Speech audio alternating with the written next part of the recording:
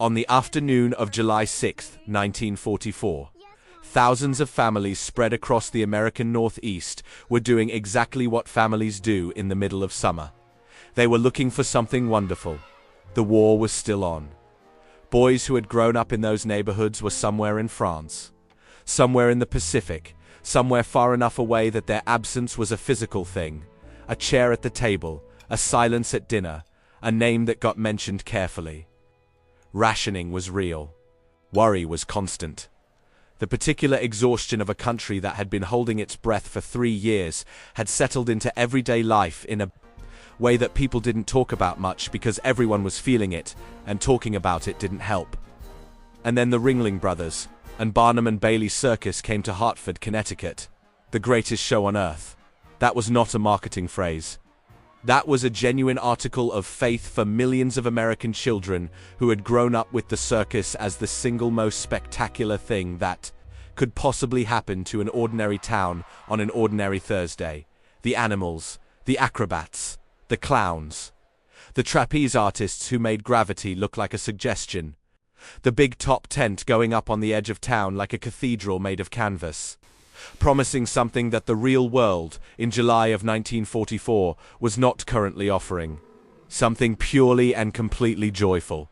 By 2:40 in the afternoon, that tent was fully involved in fire. By the time it was over, 168 people were dead. More than 700 were injured. And the majority of the dead were children. The Ringling Circus was the largest traveling show in America, and its operation was a logistical miracle by the standards of the era. Hundreds of performers and workers, dozens of animals, miles of rope and canvas and rigging, a train that stretched across multiple tracks. The big top tent alone covered nearly an acre of ground and could seat between 6,000 and 8,000 people under its canvas roof. That canvas roof is important. It is the center of everything that happened in Hartford. In 1944, wartime material shortages had changed how the circus waterproofed its canvas. The traditional treatment had become difficult to source, so the tent had been treated with a mixture of paraffin wax dissolved in gasoline. This made the canvas resistant to rain. It also made it, in the precise technical language of fire investigators, extremely flammable, catastrophically flammable. The kind of flammable where a single small flame, given the right conditions, would not spread across the tent so much as the tent would simply become flame. The circus had used this treatment before. Nothing had gone wrong. And so the logic that gets so many people killed in so many disasters took hold quietly and completely. Nothing has gone wrong yet, therefore nothing will go wrong. It was a Thursday afternoon performance. The seats were full. Estimates put the crowd between 6,000 and 8,000 people. The vast majority of them women and children, because the men were at work and the boys who should have been growing into men were at war. Mothers with toddlers, grandmothers with grandchildren, older sisters watching younger brothers, groups of children from summer programs brought by chaperones who had thought this was a perfect summer outing. The performance had been underway for about 15 minutes when the fire started near the main entrance, low on the side wall of the tent.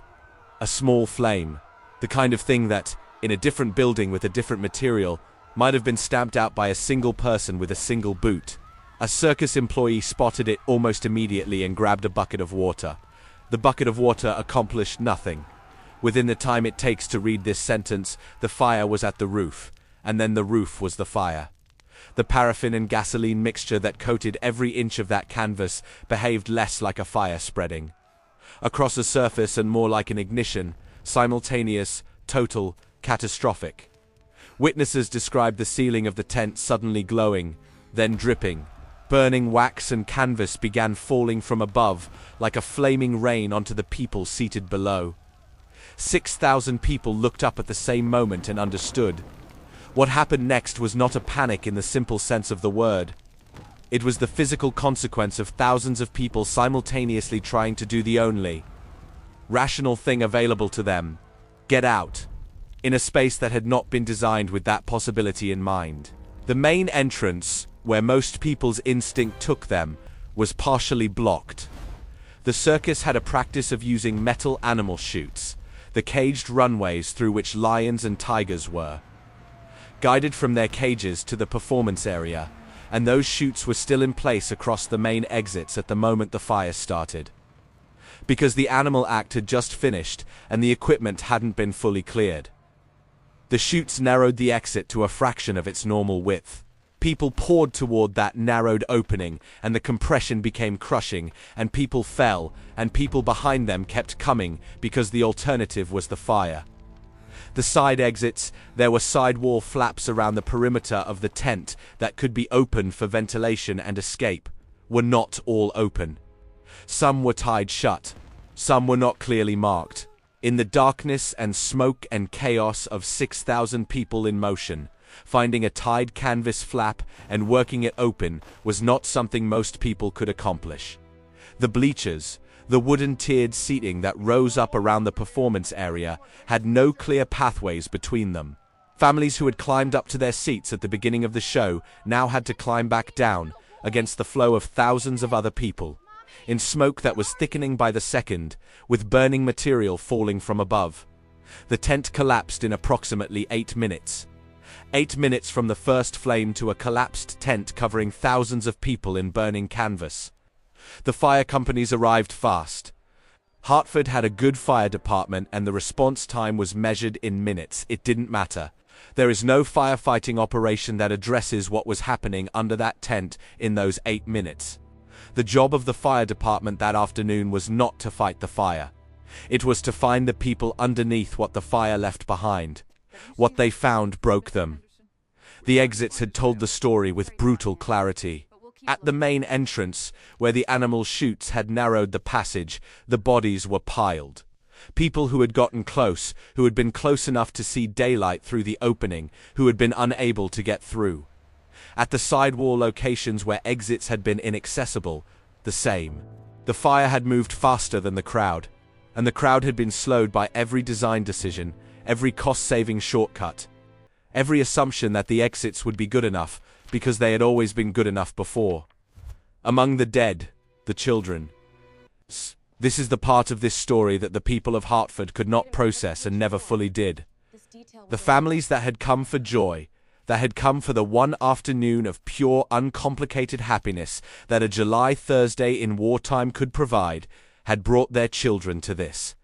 The children who had been most excited about the lions and the acrobats and the cotton candy were the ones who were least able to navigate the exits, least able to fight through the crowd, most likely to be separated from the adult who was supposed to be holding their hand.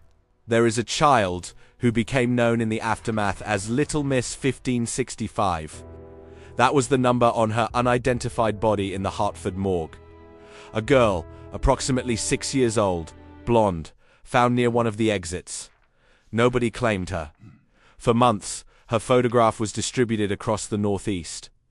Parents who had lost children in the fire and had not yet found them looked at that photograph and hoped and feared simultaneously.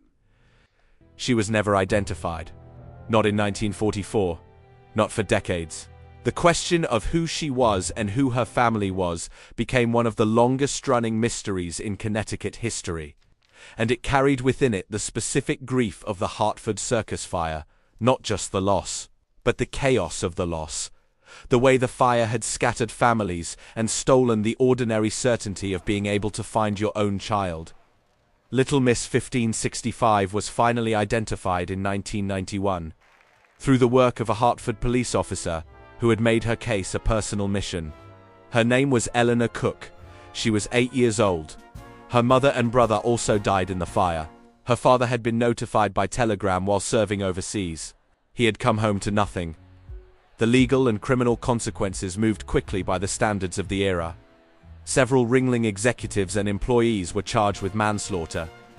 Some served prison sentences. The circus paid settlements to the families of the dead and the injured, settlements that totaled into the millions of dollars, and that the circus, operating under a court-supervised arrangement, paid in full over several years. The process of paying those settlements was, in itself, unusual. Most corporations in that era fought liability. Ringling, facing the specific and documented horror of what had happened in Hartford, did not. The fire codes that followed were sweeping. Fireproofing requirements for public assembly tents became mandatory and rigorous. Exit requirements were restructured. The specific combination of materials that had treated the Ringling tent was prohibited. Fire inspections for traveling shows became real inspections rather than formalities. The circus itself continued. Ringling Bros performed under canvas for another 12 years after Hartford before finally moving its operations permanently into enclosed arenas. The last outdoor big top performance by the greatest circus in America took place in Pittsburgh in 1956, and people who were there have said that even then, even 12 years later, there was something different about sitting under that canvas roof. A low awareness, a memory that lived in the body rather than the mind. The Hartford Circus fire is not as well known as some of the other disasters of the 20th century. It did not bring down a building or reshape a skyline. It happened outdoors in summer, in the middle of the afternoon, in a temporary structure that was gone within the hour. There is no architectural remnant, no altered landscape, no physical scar on the city that visitors can point to. What it left is different. What it left is in the codes and the regulations and the requirements that govern every tent, every temporary structure, every outdoor event in America today. The exits you walk past without thinking about. The fire-resistant materials you never see. The capacity limits posted on signs you probably don't read. The inspectors who show up before the event opens and check things you would never think to check yourself. All of that has Hartford in it. All of that has July 6, 1944 in it. And it has the children in it. The ones who came for the lions and the acrobats and left that afternoon for somewhere else. Somewhere their fathers learned about by telegram in places far from home. Somewhere their mothers spent the rest of their lives trying to understand. Joy is not invulnerable. The places we go to feel safe and happy and removed from everything hard require the same vigilance as every other place. Maybe more, because we let our guard down in them entirely. We bring our children. We bring our oldest and most tender feelings. We trust completely because we want to trust completely. Because the whole point of the circus, the whole reason for the big top and the cotton candy and the trapeze artists is to feel for 2 hours that nothing bad can happen here. The paraffin wax and gasoline mixture on that canvas did not know it was the circus. The fire did not understand that the people under it had come for joy. It simply did what fire does when it is given the right conditions and a reason to move. 8 minutes, 168 people, and a little girl whose name took 47 years to find. Eleanor Cook, 8 years old. She liked the circus. Remember her name.